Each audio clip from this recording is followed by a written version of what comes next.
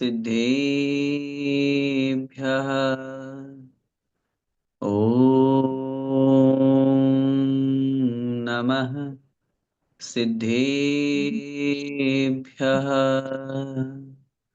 ॐ नमः सिद्धेभ्यः। नमो अरिहन्ताणं नमो सिद्धाणं नमो आयर्याणं नमो वज्झायाणं नमो लोये सौरसाऊणम्।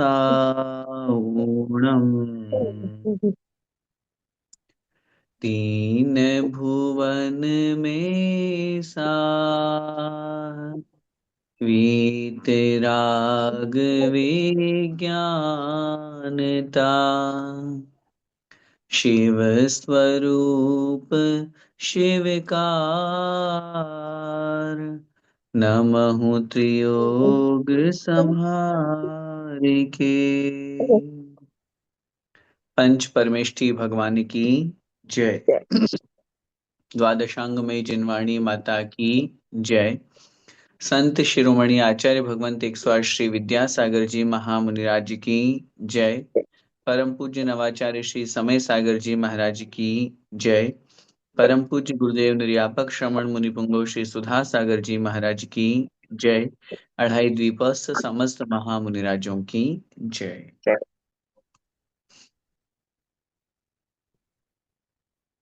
पंडित श्री दौलत राम जी द्वारा विरचित छैड़ाला जी ग्रंथ का हम सभी स्वाध्याय कर रहे हैं।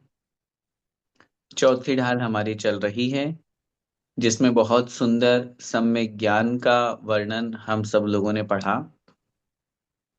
सम्यक दर्शन के साथ सम्यक ज्ञान होता है, लेकिन फिर भी कार्य कारण की अपेक्षा से दोनों में अंतर स्पष्ट रूप से हम लोगों ने जाना और समझा। सम्यक दर्शन के निमित्त से सारा का सारा ज्ञान सम्यक ज्ञान में कन्वर्ट हो जाता है और वह सम्यक दर्शन और सम्यक ज्ञान से युक्त कहलाता है। चूंकि सम्यक ज्ञान प्राप्त करने के बाद तीसरे नंबर पर जो रत्न के रूप में हम गिनते हैं सम्यक चारित्र, और उस सम्यक चारित्र में दो भेद आचार्यों ने किए हैं संयम में, एक देश संयम और सकल संयम। उसमें जो एक देश संयम है, जहां श्रावक के 12 व्रतों की चर्चा की जाती है, 5 अणुव्रत, 3 गुणव्रत और 4 शिक्षा व्रत। इन 12 व्रतों का पालन करना, यह एक देश संयम है, देश चारित्र है। और जहां इन 12 व्रतों के पालन का अभ्यास पूर्ण हो जाए, जहां 5 पापों का पूर्ण रूप से त्याग हो जाए, 5 महाव्रत अंगीकार हो जाए, वह कहलाता है सकल संयम, मुनि अवस्था। बहुत सीक्वेंस के अकॉर्डिंग यहाँ पंडित दौलत राम जी बिल्कुल वही वर्णन कर रहे हैं। पहले चारों गतियों की दुखों का वर्णन किया, फिर दुखों का कारण क्या है, मिथ्यात्व, इनका वर्णन किया दूसरी ढाल में। फिर तीसरी ढाल में आत्मा का सुख कहाँ है, मोक्ष में है, तो मोक्ष मार्ग का वर्णन किया। मोक्ष मार्ग में सबसे पहले सम्यक दर्शन का वर्णन किया, फिर सम्यक ज्ञान का वर्णन किया। सम्यक ज्ञान के साथ देश चारित्र का वर्णन कर रहे हैं। फिर आगे हम बात करेंगे, चूंकि महाव्रतों को अंगीकार करने के लिए वैराग्य होना आवश्यक है, तो पांचवी ढाल में वैराग्य रूप में 12 भावनाओं का वर्णन, फिर छठी ढाल में पूरा का पूरा मुनि अवस्था का वर्णन, सम्यक चारित्र का वर्णन। तो इस तरह से उसी सीक्वेंस से अपन चल रहे हैं। और पिछली कक्षाओं में अपन जो चौथी ढाल पढ़ रहे हैं, उसमें अपन ने 5 अणुव्रत और 3 गुणव्रतों को जानने का प्रयास किया। लास्ट क्लास में अपन ने 3 गुणव्रतों में, जहां दिग्व्रत, देशव्रत और अनर्थ दंड व्रत की बात की जाती है, सबसे महत्वपूर्ण कहें या यूं कहें कि बहुत बार ऐसा हमारे साथ अपने जीवन में होता है कि जो कार्य व्यर्थ के हैं, जिनको करने से हमारी आत्मा का कोई कल्याण नहीं हो रहा है, जिनको करने से हमारी किसी भी लक्ष्य की सिद्धि नहीं हो रही है, फिर भी हम उनको करते हैं, वो अनर्थ दंड व्यर्थ में ही हमारी मन वचन काया की प्रवृत्ति होती है। ऐसी स्थिति में हमें कहीं ना कहीं दोष का भागी होना पड़ता है, व्यर्थ का पाप का फल भोगना पड़ता है। अपन ने जाना, व्यर्थ में किसी को हमें हिंसा के उपकरण नहीं देना चाहिए। अपन ने जाना, हम मन वचन काय की अपेक्षा से बात करें तो व्यर्थ में किसी की निंदा सुनते हैं, किसी के बारे में उल्टा सीधा बोलते हैं, अपना समय वेस्ट, टाइम वेस्ट जिसको बोलते हैं, वो करने के लिए गप्पे लड़ाने लगते हैं। टीवी, मूवी, सीरियल, कुछ भी अपना टाइम पास करने के लिए अपन मोबाइल में फेसबुक, ट्विटर ट्विटर, इंस्टाग्राम, ये सारी की सारी चीजें, यूट्यूब, ये सब चीजें जहाँ व्यर्थ। हाँ, इन सब चीजों में अगर हमारा कोई कार्य सिद्ध हो रहा हो, अगर यूट्यूब पे हम कोई क्लास पढ़ रहे हो, किन्हीं मुनि महाराज के प्रवचन सुन रहे हो, कहीं पे भी फेसबुक पे या इंस्टाग्राम पे कुछ भी अगर हम अच्छी चीज फॉलो कर रहे हैं तब कोई आपत्ति नहीं है।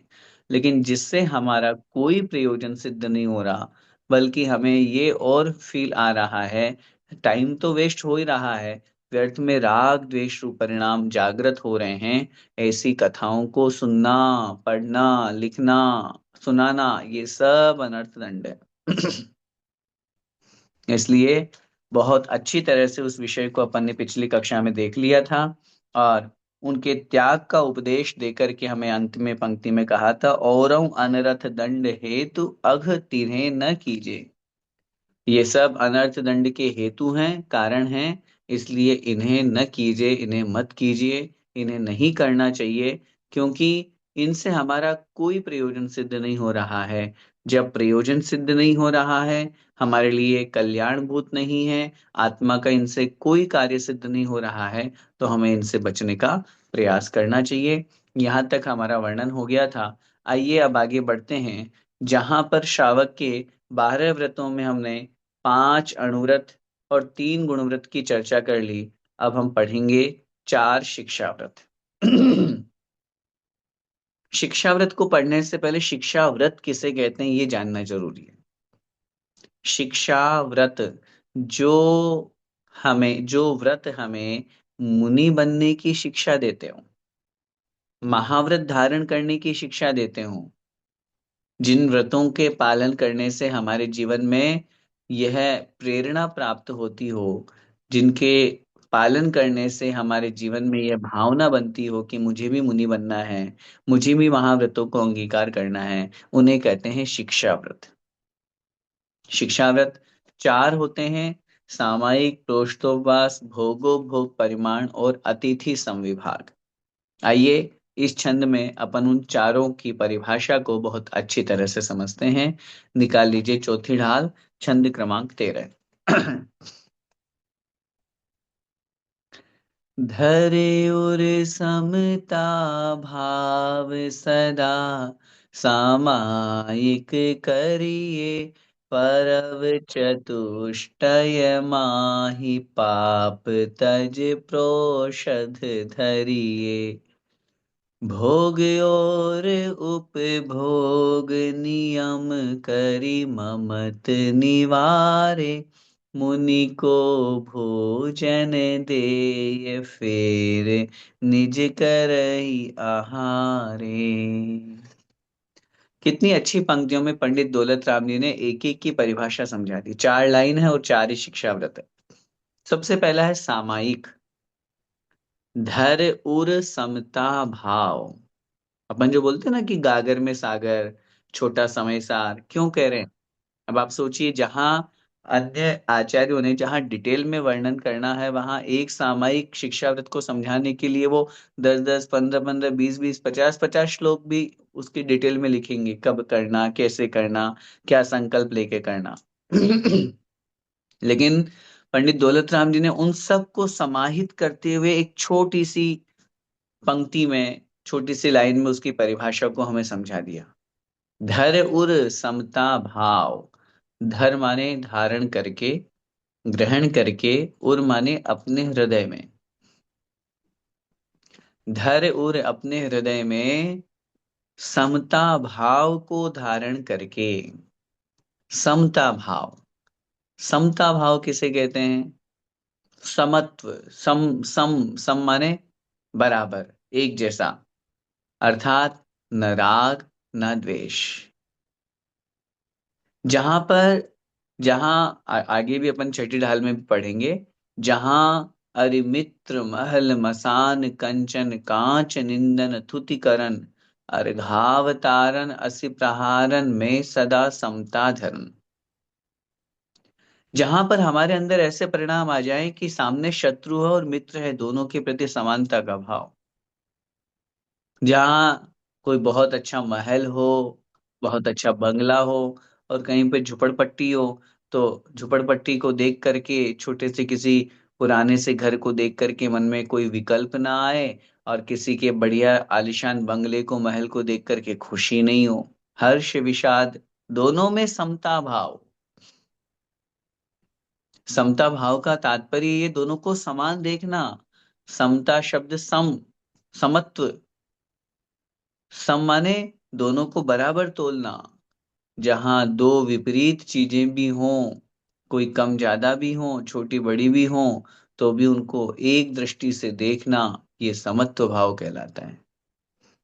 धर उर समता भाव, अपने अंदर समत्व भाव को धारण करके। जब अपन सामायिक पाठ आदि में पढ़ते हैं, तब उस समय भी यही सब पंक्तियां, यही सब आचार्यों ने अपन को वहां समझाया है। अपने अंदर राग द्वेष को बिल्कुल कम करके, क्योंकि शून्य तो या रहित तो अपन 10वें गुण स्थान से ऊपर हो पाएंगे, लेकिन जब सामायिक करने की बात आती है, तो धर उर समता भाव सदा सामायिक करिए।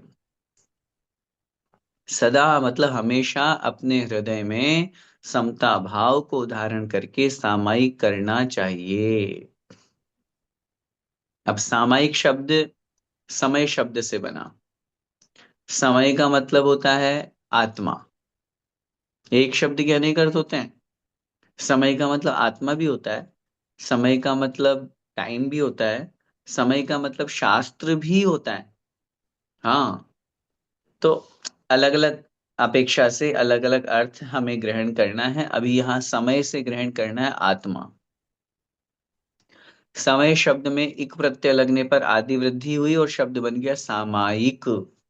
आत्मा के समीप में रहना, आत्मा के करीब रहना, आत्मा के बारे में विचार करना, सोचना, चिंतन करना, इसका नाम है सामायिक। सामायिक में मुनि महाराज क्या करते हैं? अपने आत्म तत्व का चिंतन करते हैं, अपने स्वयं के बारे में विचार करते हैं। मैं कौन हूँ, कहाँ से आया हूँ, क्या लक्ष्य है मेरा, ये आत्मा मैं हूँ, जो दिख रहा है वो मैं नहीं हूँ, जो देख रहा है वो मैं हूँ। ये सब जो चिंतन है अहमिको खलु शुद्धो दंसणाण मय्यो सदा रुवी नवि अत्थि मज्ज किंचिवि अन्नम परमाणु मित्तम पी। ये परिणाम सामायिक में ऐसा भाव आता है। मैं कौन हूं? मैं तो एक हूँ, ज्ञान दर्शन स्वभावी आत्मा हूँ। इष्टोपदेश में लिखा है, एको हम निर्ममः शुद्धो ज्ञानी योगींद्र गोचर है बाह्य संयोग जा भावा मत्तः सर्वेपि सर्वथा। ये शरीर मेरा नहीं है, मैं आत्म स्वरूप हूं, मैं मेरा स्वरूप आत्मा है। ये सब परिणाम कब आ पाएंगे? जब हमारे अंदर समता भाव होगा। जहां किसी वस्तु के प्रति हमारे अंदर राग होगा, जस्ट एग्जांपल समझ लीजिए, शरीर के प्रति हमें राग है, तो समता भाव नहीं हो पाएगा, क्योंकि वहां शरीर से राग है। शरीर से राग है, डेफिनेटली जब शरीर से राग है, और आप पक्ष विपक्ष की के उस नजरिए से को छोड़ करके, और बिल्कुल पक्ष व्यामोह से ग्रसित नहीं होकर के निरपेक्ष होकर के सोचिए। अपने मन में इस भावना के साथ में सोचिए कि नहीं, मुझे तो शरीर से भी राग नहीं करना, किसी अन्य से भी द्वेष नहीं करना। जहां सारे प्रकार के विकल्प जो होते हैं, राग द्वेष आदि, वो समाप्त हो जाते हैं। पूर्ण रूप से समता तो वहीं आती है, लेकिन स्थूल रूप से समत्व परिणाम, जहां आत्म तत्व की ओर हम अग्रसर होते हैं। हो सकता है अब आप लोगों का प्रश्न या मन में ये भी भाव हो कि आत्मा के प्रति भी तो फिर राग हो रहा है। तो फिर आत्मा के प्रति राग हो रहा है तो फिर समता कहाँ रहा? लेकिन नहीं, आत्मा के प्रति राग जो है वो प्रशस्त राग है, आत्म कल्याण का निमित्त है। कौन कर रहा है राग? आत्मा ही कर रहा है। जब आत्मा ही आत्मा से राग करता है तो वहां एकत्व होता है, वहां द्वित्व नहीं होता। मैं अर्थात आत्मा शरीर से राग कर रहा हूं, तो यहां तो तात्पर्य फिर शरीर से, तो शरीर अलग हो गया ना। लेकिन जहां आत्मा आत्मा से, आत्मा में स्थित होकर के आत्मा के लिए, आत्मा का सब कुछ जहां आत्मा में ही है, वहां एकत्व हुआ करता है। इसलिए उस दृष्टि से यहाँ पर अपन को पहली पंक्ति जो सामायिक शिक्षा व्रत की है, जो व्रत हमें मुनि बनने की शिक्षा दे रहा है। अब देखिए, मुनि महाराज प्रतिदिन सामायिक करते हैं, दिन में 3 बार प्रतिक्रमण करते हैं, सामायिक कर रहे हैं। अब उस सामायिक में वो चिंतन करते हैं, आत्म कल्याण का चिंतन करते हैं, आत्म तत्व का चिंतन करते हैं, अपने आत्म स्वरूप के स्वभाव को समझते हैं। इसका नाम है सामायिक। दूसरे नंबर पे आता है हमारा प्रोषधोपवास, जिसमें आगे लिखा है परिभाषा में, परव चतुष्टय माही। परव माने पर्व, चतुष्टय माने 4, माही माने में। एक महीने में 4 पर्व आते हैं परमानेंट। कौन कौन से? अष्टमी और चतुर्दशी। अष्टमी और चतुर्दशी, ये 4 पर्व एक महीने में आते हैं। 2 अष्टमी 2 चतुर्दशी, क्योंकि एक महीने में 2 पक्ष हो गए, एक शुक्ल पक्ष एक कृष्ण पक्ष। तो कृष्ण पक्ष में अष्टमी चतुर्दशी और शुक्ल पक्ष में अष्टमी चतुर्दशी। तो ये हो गए हमारे 4।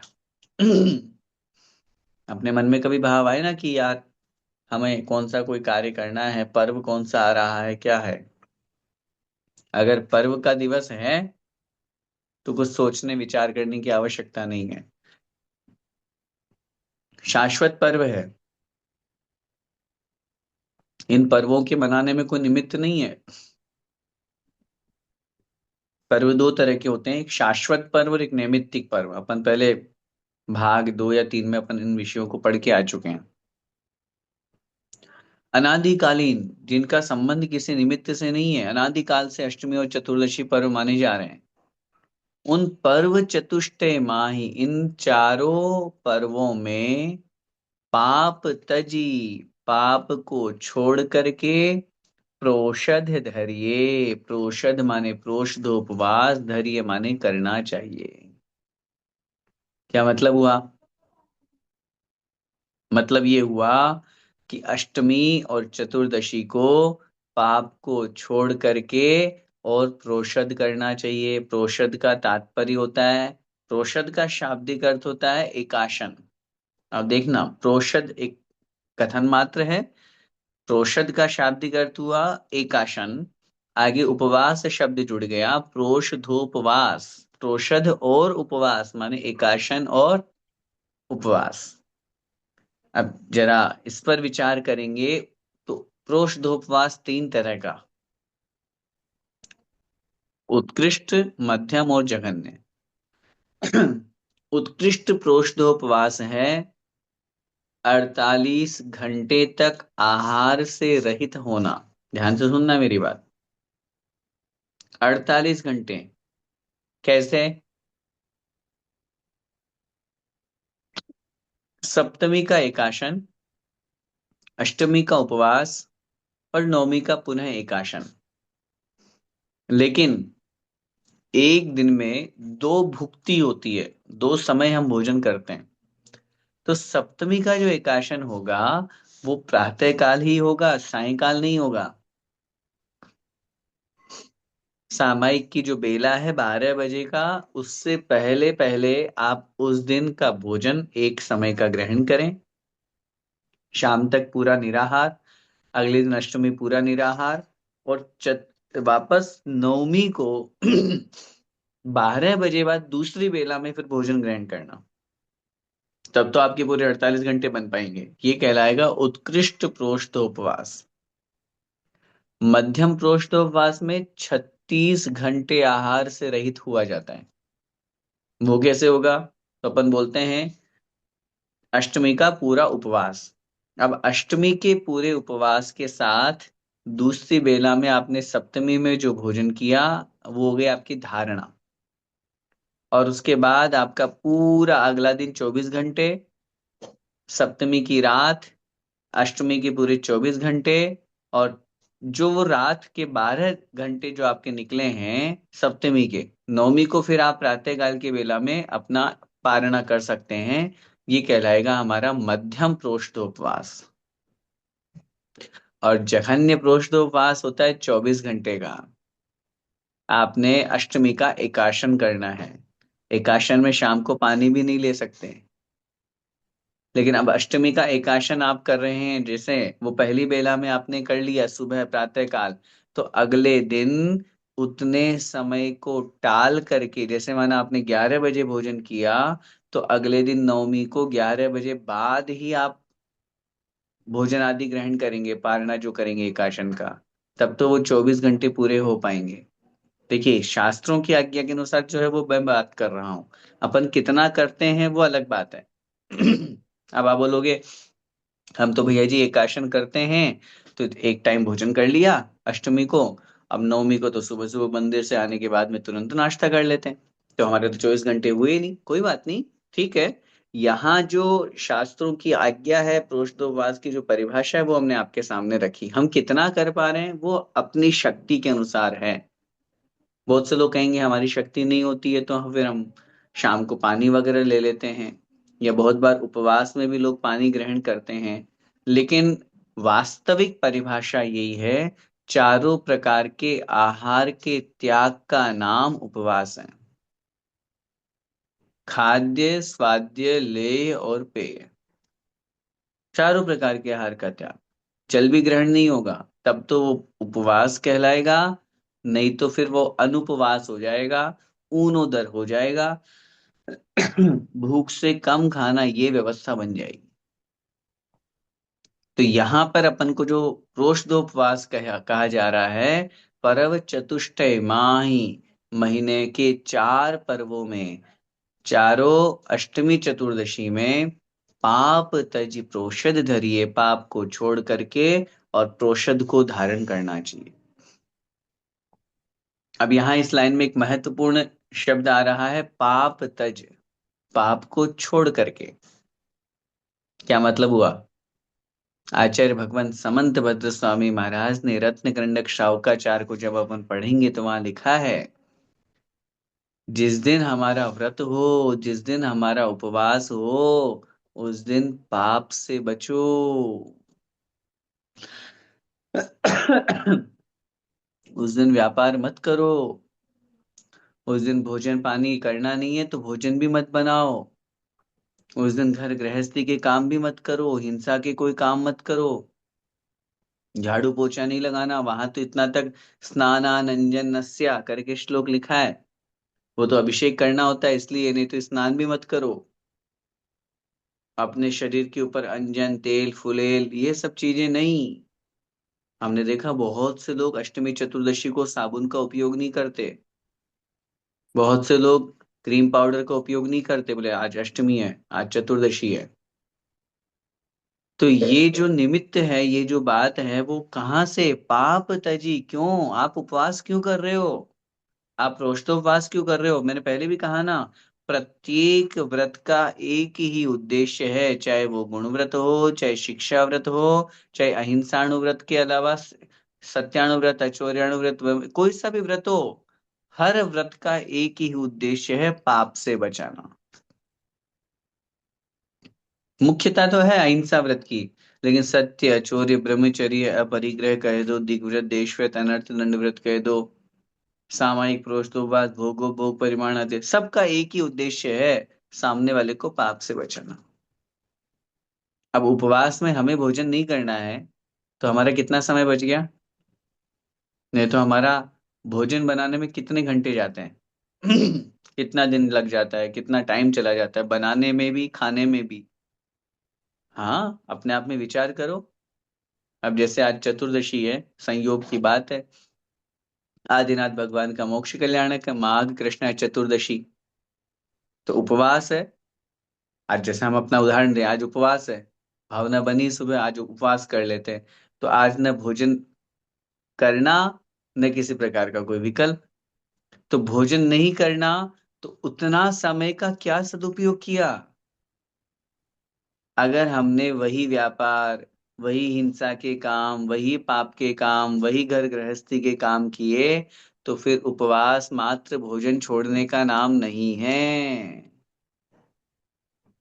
उपवास, उप माने समीप में, वास माने निवास करना, समीप में रहना, किसके? आत्मा के, धर्म के, इनके समीप में निवास करना। नहीं, मुझे दिन भर धर्म करना है। अब जब नाश्ता नहीं करना, भोजन नहीं करना, तो जहां 1 घंटे 2 घंटे पूजा करते हो, वहां 4 घंटे 5 घंटे पूजा करो। विधान करो बढ़िया बैठ करके, सामूहिक होता है तो सामूहिक, नहीं तो अपनी थाली में अपना। ये सब चीजें हमें धर्म से जोड़ने के लिए है। दिन में आराम से स्वाध्याय करो, शाम को अपना स्वाध्याय करो, कोई पाठ करो, टीवी से बचो, मोबाइल से बचो। ये है उपवास का नाम। इसलिए यहाँ शब्द का प्रयोग किया है, पाप तज, पाप को छोड़ करके। पाप करते हुए, अब वो काम सारे कर रहे हैं, ऑफिस भी जा रहे हैं, घर गृहस्थी भी के साम, बस कुल भोजन का त्याग है। तो फिर ये आचार्यों ने लिखा है, ये सिर्फ लंघन है। लंघन समझते हैं ना, बस ठीक है भाई, खाना, डेटिंग जिसको आप अपनी भाषा में बोलते हो, बस। तो वो चीज नहीं होनी चाहिए। धर्म और हमारी आत्मा के समीप में अच्छे परिणामों के साथ में हम अपना समय दिन व्यतीत करें, ये अपनी भावना होनी चाहिए।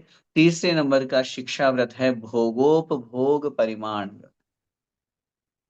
लिख रहे हैं, भोग और उपभोग नियम करी ममत निवारे। भोग का मतलब होता है जो वस्तु एक बार प्रयोग में आती है, और उपभोग का मतलब होता है जो वस्तु बार बार उपयोग में आती है, यूज में आती है। अब जैसे भोजन, जो भोजन हमने किया वो तो एक ही बार कर पाएंगे। भोजन है, पानी है, इत्र फुलेल आदि है, ये वस्तु एक ही बार उपयोग में आती है। लेकिन बार बार, जैसे वस्त्र है, मकान है, गाड़ी है, मोबाइल है, ये तो बार बार उपयोग में आता है। या एक बार ही वस्त्र पहन करके भी छोड़ देते हो, बोले पहनना ही नहीं दोबारा, है ऐसे तो कोई नहीं है ना दुनिया में। ऐसा तो मुझे शायद है, पीएम मोदी साहब भी नहीं लगते। या कोई भी नहीं होगा, अमीर से अमीर आदमी भी नहीं होगा कि भाई कपड़े एक ही बार पहनना, उसके बाद फिर। हाँ, हम कभी कभी मजाक में ये जरूर कह देते हैं लोगों को, जब महिलाओं की तरफ दृष्टि डालते हैं कि उनके पास बहुत कपड़े होते हैं, और वो जब कहती है कि ये ड्रेस तो मैंने उस समय पहनी थी, अब नहीं पहनना, तो मतलब उनकी नजरों में वो वस्त्र एक ही बार पहने जाते हैं। खैर, जहां वस्तुओं का बार बार उपयोग होता है वो कहलाता है उपभोग, और जहां वस्तुओं का एक ही बार यूज होता हो, उपयोग होता हो, प्रयोग होता हो, वो कहलाता है भोग। भोग और उपभोग नियम करी, नियम माने संकल्प करके, मर्यादा करके, मैं इतनी ही वस्तुओं को ग्रहण करूंगा। भोग में मैं इतनी ही बार मुंह झूठा करूंगा, मैं इतनी ही वस्तुओं को खाऊंगा, मैं यही पीऊंगा, इस शेष के अलावा मेरा त्याग। उपभोग की वस्तुओं में वही 10 प्रकार का जो परिग्रह है, क्षेत्र, वास्तु, हिरण्य, सुवर्ण, धन, धान्य, दासी दास, कुप्य भांड। वस्त्र का आपने परिमाण कर लिया, सोना चांदी का, रुपए पैसे का, जमीन जायदाद का। जो वस्तु हमारे बार बार उपयोग में आ रही है, खाने पीने में भी, हम ये दाल नहीं खाएंगे, इतनी दाल खाएंगे, हमारे इस फ्रूट का त्याग है, ड्राई फ्रूट का त्याग है, दूध नहीं लेंगे, दही लेंगे, रस छोड़ करके त्याग करना, ये भोग की वस्तु है। तो इसलिए भोग और उपभोग नियम करे, नियम करके से तात्पर्य उनकी मर्यादा करके, उनके प्रति संकल्पबद्ध हो करके ममत निवारे, जो शेष है जिसको छोड़ दिया, उनके प्रति ममत्व को दूर करना चाहिए। लिख रहे हैं, नियम परिमाण करके शेष सभी वस्तुओं के प्रति भोगो भोग परिमाण व्रत का पालन करना है, तो ममत निवारे, ये ज्यादा महत्वपूर्ण है। ममत्व को छोड़ दो, निवारे माने हटाकर, हटाना। क्योंकि जो वस्तु का हमने त्याग कर दिया, अब उसके बाद हमारा उस पर कोई अधिकार नहीं है, हमारा कोई उसके ऊपर स्वामित्व नहीं है, हमारा कोई उसके ऊपर किसी भी प्रकार का मोह करते हैं, तो फिर वो छोड़ना नहीं कहलाया। क्योंकि आचार्य भगवंत उमा स्वामी महाराज ने तत्वार्थ सूत्र जी में लिखा है, मूर्छा परिग्रह।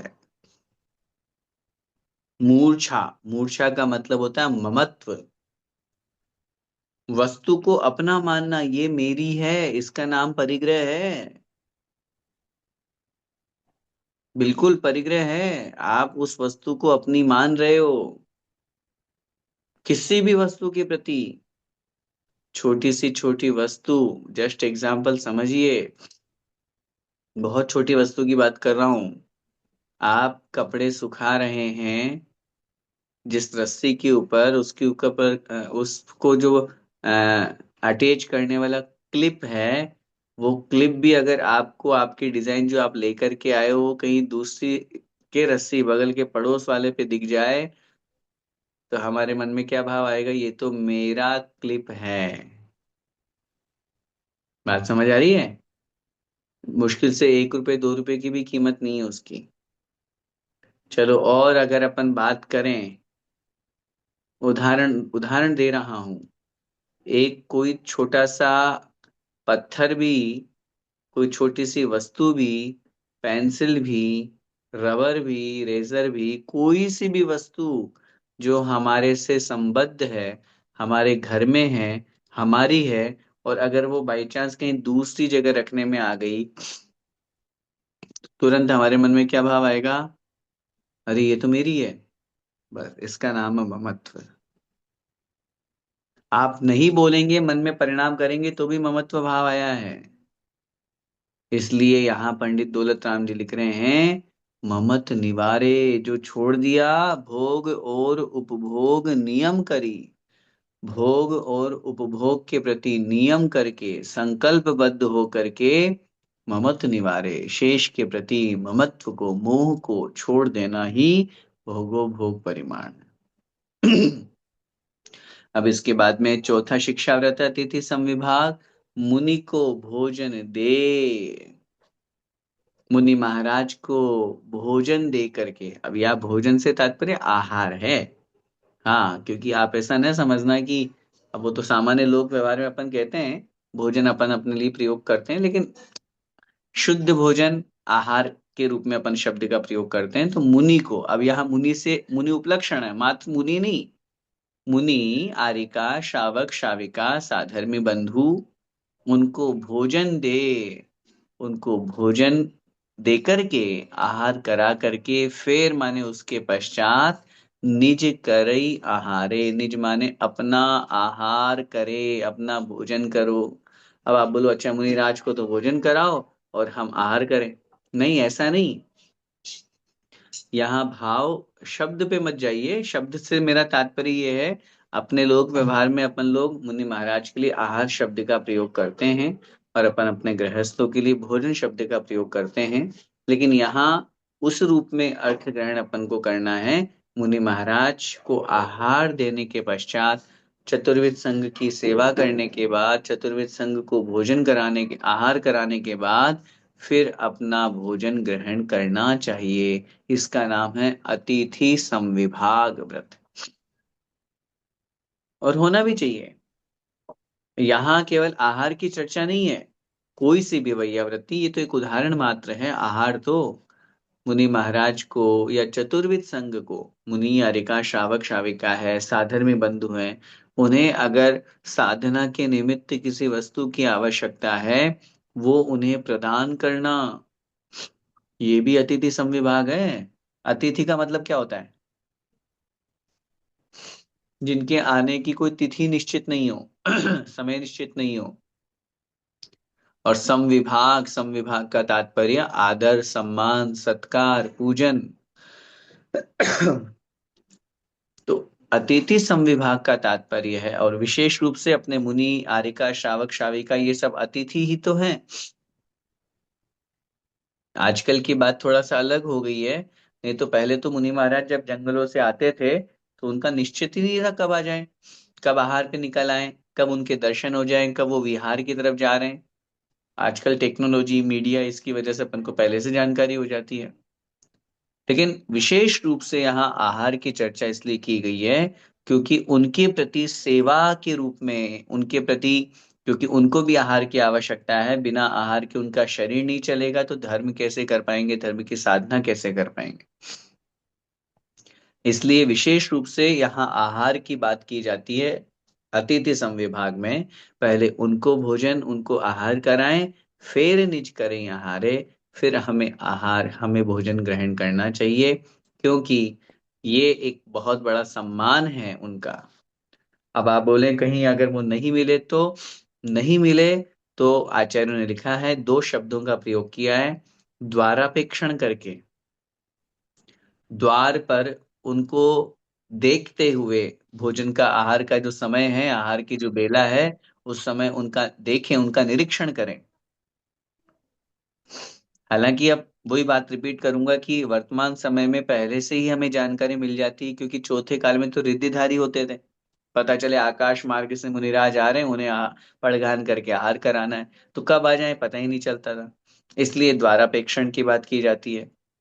दूसरी बात होती है आहार की बेला को टाल करके, कि भाई ठीक है, लगभग 9-10 बजे मुनि महाराज भोजन आहार करने के लिए निकलते हैं, बस वो उसके बाद फिर मैं उसके बाद ही ग्रहण करूंगा, ये भावना भी होती है बहुत लोगों की। और फिर भोजन करने से पहले भावना भाएं, अढ़ाई द्वीप संबंधी समस्त मुनि आरिका, शावक शाविका, चतुर्विध संघ का निरंतराय आहार हो। ये मंगल भावना अपने भोजन से पहले हमें जरूर भानी चाहिए। ये कहलाता है अतिथि समविभाग व्रत। तो इस प्रकार इस छंद में चारों प्रकार के शिक्षा व्रतों का वर्णन अपन ने पढ़ा। सामायिक, प्रोष्ठोपवास, भोगोपभोग परिमाण और अतिथि समविभाग। आइए इन 12 व्रतों को अपन ने जाना जो एक देश चारित्र के रूप में है। अब अंतिम छंद में, चौथी ढाल का ये अंतिम छंद है, इसमें पंडित दौलत राम जी हमें उपदेश दे रहे हैं कि इन 12 व्रतों का हमें पालन करना चाहिए, कोई दोष नहीं लगे, ये भावना अपन को रखनी चाहिए। क्योंकि हमारा मोक्ष जाने का जो मार्ग है वो यही है। जब तक सम्यक चारित्र को हम धारण नहीं करेंगे, तब तक हम मोक्ष मार्ग पर नहीं लगेंगे। इसलिए हमें उपदेश दे रहे हैं। आइए देखें। 12 व्रत के अति चार, पन पन न लगावे, मरण समय संन्यास धार, तसु दोष न शावे। यो श्रावक व्रत पाल, स्वर्ग सोलम उपजावे, तहते चय नर जन्म पाए, मुनि वे शिव जावे। मतलब एक एक लाइन में इन्होंने जो पूरा भाव भर दिया है, बड़ा आनंद आता है जब इसका पाठ करते हैं, इसको पढ़ते हैं तो। अब 12 व्रत हो गए, 5 अणुव्रत, 3 गुणव्रत और 4 शिक्षा व्रत। आचार्य भगवंत उमा स्वामी महाराज को कभी आप पढ़ें तत्वार सूत्र ग्रंथ को, तो 7वें अध्याय में पूरे 12 व्रत के अतिचार गिनाए हैं। अतिचार का मतलब होता है दोष, व्रत में लगे हुए दोष। हालांकि उसकी कभी और चर्चा अपन डिटेल में करेंगे। 4 प्रकार के दोष होते हैं: अतिक्रम, व्यतिक्रम, अतिचार और अनाचार। अतिचार जहां पर हमारे अंदर जाने अनजाने में त्यागी हुई वस्तु ग्रहण हो जाए, मन में परिणाम आ जाना, अतिक्रम। उसको ग्रहण करने का कदम बढ़ा लेना, जाना उस तरफ, ये कहलाता है व्यतिक्रम। ग्रहण कर लेना, अतिचार। और फिर ग्रहण करने के बावजूद भी व्रत की कोई चिंता नहीं, कोई परवाह नहीं, हाँ हाँ ठीक है, हो गया जो हो गया, ये कहलाता है अनाचार। आचार्यों ने लिखा है अतिचार तक प्रायश्चित प्रतिक्रमण हो सकता है, लेकिन जब अनाचार लग जाता है किसी व्रत में तो वो व्रत वापस दोबारा लेना पड़ता है। यहाँ पर पंडित दौलत राम जी कह रहे हैं, आप अन्य और ग्रंथों से भी पढ़ेंगे तो 12 व्रतों के पांच पांच अतिचार कहे गए हैं। इसलिए लिख रहे हैं 12 व्रत के, 12 व्रतों के। 12 व्रत कौन से? 5 अणुव्रत, 3 गुणव्रत और 4 शिक्षा व्रत। इन 12 व्रत के पन पन अतिचार, पांच पांच अतिचार, पन से तात्पर्य पांच, पांच पांच अतिचार है जो न लगावे, अर्थात नहीं लगाना चाहिए। जो व्रती होता है वो क्या करता है? जो प्राणी जो व्रती इन 12 व्रतों के पांच पांच अतिचार कहे गए हैं, जो इनको नहीं लगाता, जो इन अतिचार से रहित होकर के अपने शुद्ध रूप में व्रत का पालन करता है, मरण समय संन्यास धार। मरण समय, मरण काल उपस्थित होने पर संन्यास को अर्थात समाधि मरण को धार माने धारण करता है, और धारण करके तसु दोष नशावे, उन दोषों को दूर कर देता है। व्रत में यदि कदाचित कोई दोष लग भी गया, हालांकि वो नहीं लगाता, लेकिन फिर भी समाधि मरण में संलेखना के समय सभी प्रकार के दोषों को वो नष्ट कर देता है, पाप को समाप्त करता है। संलेखना कौन ले पाएगा? अब इस छंद में इस पंक्ति से स्पष्ट हो रहा है, संलेखना का पूर्ण रूप से फल प्राप्त होगा व्रती को। ध्यान से सुनना ये वाली बात, क्योंकि सामान्य रूप से कोई त्याग करके गृहस्थी में कपड़े पहने पहने चला गया तो भी आजकल ट्रेंड चल गया, हाँ अरे उनका तो समाधि मरण हुआ। व्रत क्या थे? नहीं, व्रत तो कुछ नहीं था, रात्रि भोजन त्याग था उनके। बोले नहीं नहीं नहीं, वो तो नहीं था, लास्ट में हमने करवा दिया था। ये व्रत नहीं होगा, ये मात्र संकल्प है। अच्छी चीज है, प्रशंसनीय है, बुरी नहीं है, लेकिन आप उसे समाधि मरण नाम मत दीजिए। समाधि मरण वही होगा जहां पर 12 व्रत का पालन होगा, मिनिमम। मिनिमम, मैक्सिमम तो फिर मुनि अवस्था। क्योंकि ये बात सन्यास की, समाधि मरण की कब की गई है? 12 व्रतों के बाद में। तत्वार सूत्र जी में भी यही है। वहां आचार्य उमा स्वामी महाराज लिख रहे हैं, दिग्देशानर्थ दंड वृत्ति सामायिक प्रोष्ठोपासो भोग परिभोग परिमाणातिथि व्रत परिमाणातिथि संविभाग व्रत संपन्नश्च। वहां लिखा चय से यहाँ तात्पर्य है मारणांतिकम सल्लेखनम जोशिता, जो अगले सूत्र में कहा कि व्रती आयु के अंत समय में मरण काल उपस्थित होने पर सल्लेखना से भी युक्त होता है व्रती। तो ये बात बहुत अच्छी तरह से, तो मरण समय संन्यास धार। अब मरण समय ये बहुत महत्वपूर्ण है।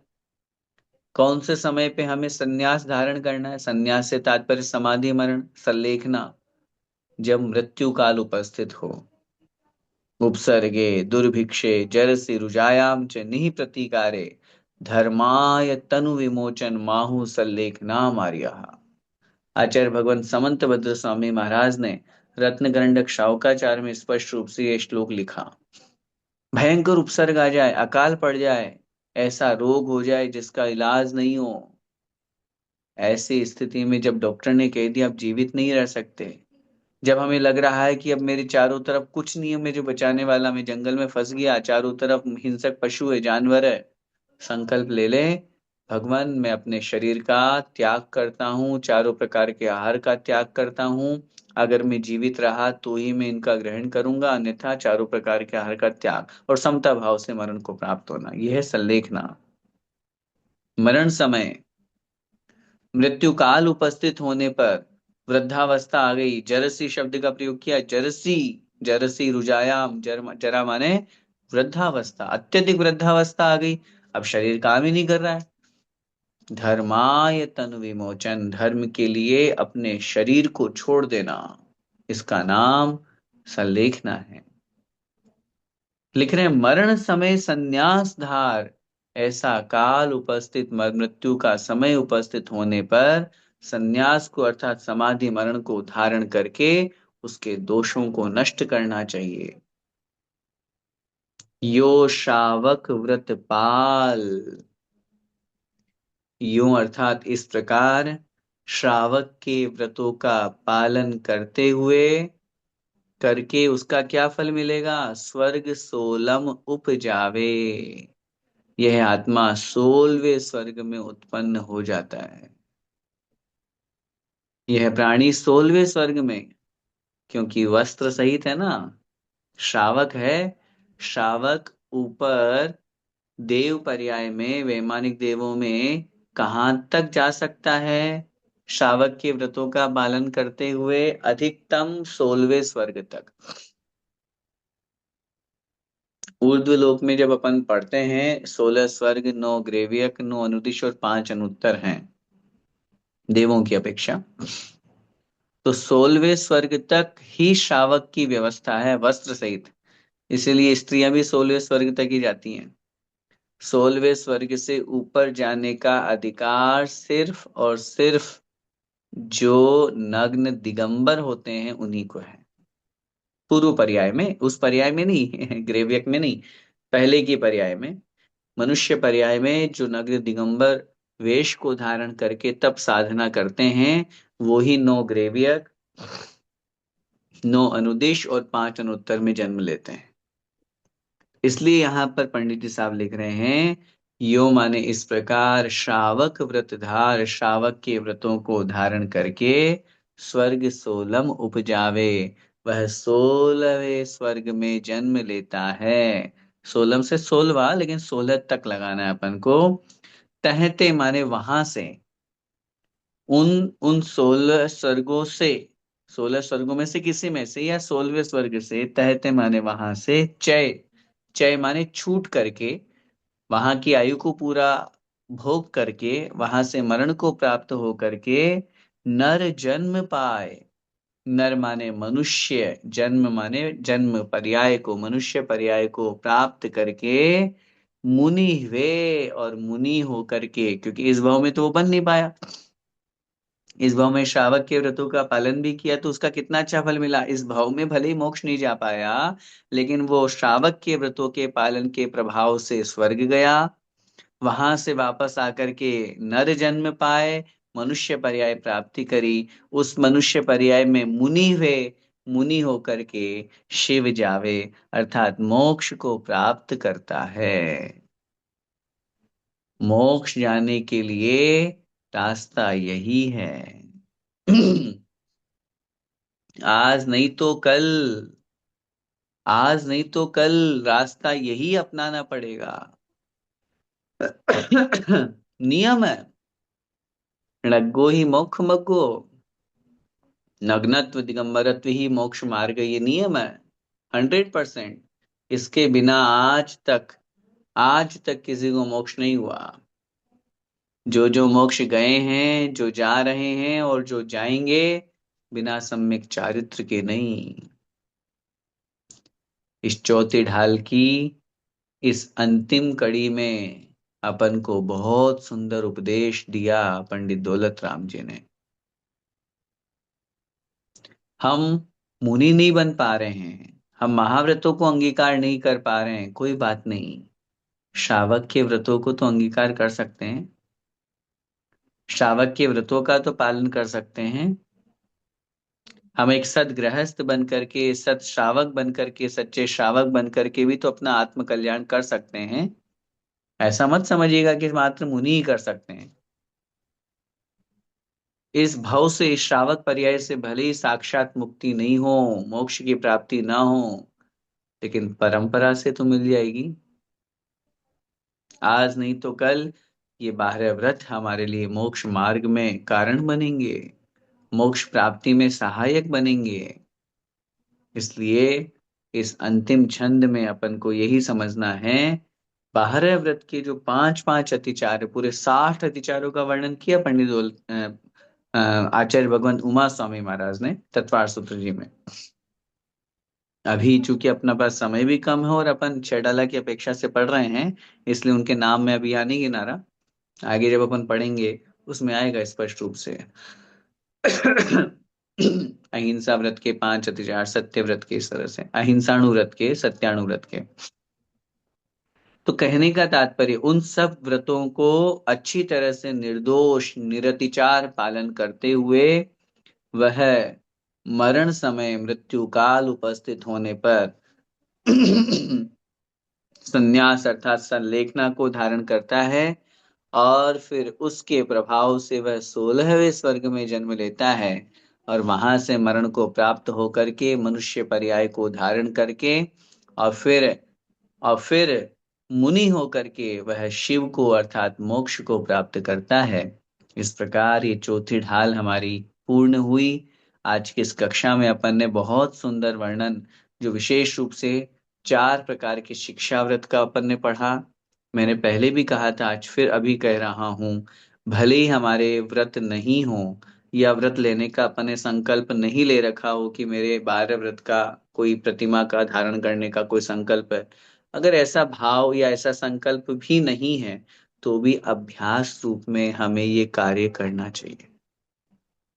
हम भले ही सामायिक शिक्षाव्रत हमारे नहीं है, सामायिक चारित्र हमारे नहीं है, सामायिक प्रतिमा हमारे नहीं है, लेकिन कभी अष्टमी चतुर्दशी इन दिनों में समय है अपने पास में, तो आधा पौन घंटा अपन को चिंतन की तरफ जाना चाहिए, ध्यान लगाना चाहिए, सामायिक करना चाहिए।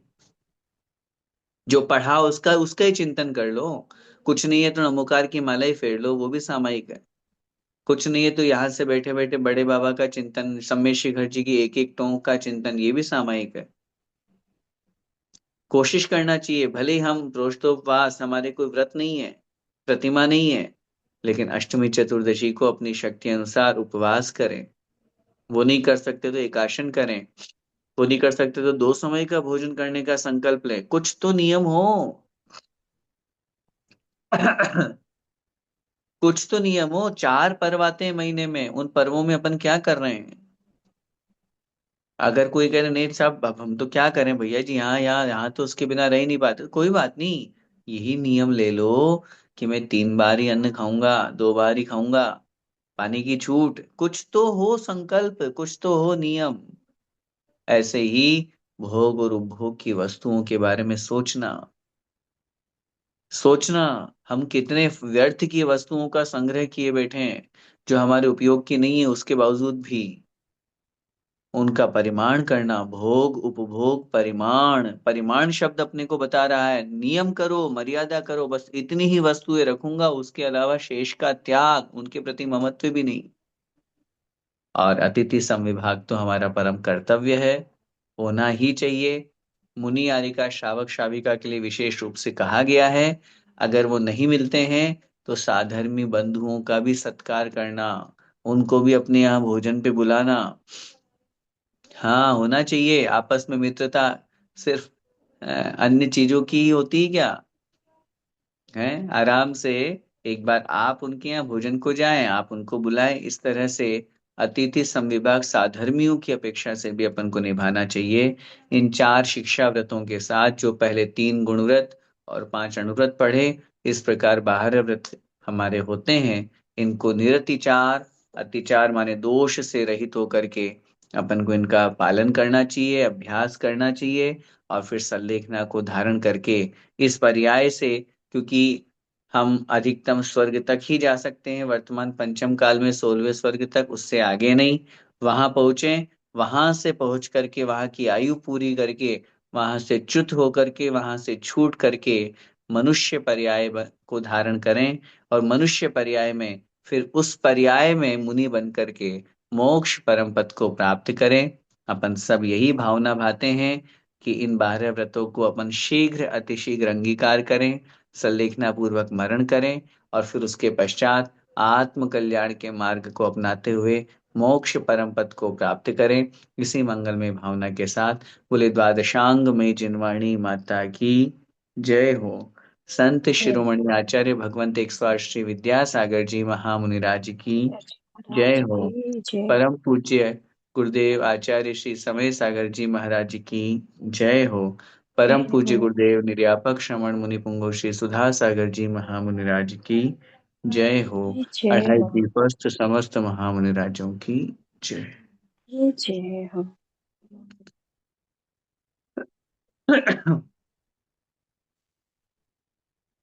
आइए हमारा जो क्विज थी उसकी क्वेश्चन आंसर हम डिस्कस करते हैं।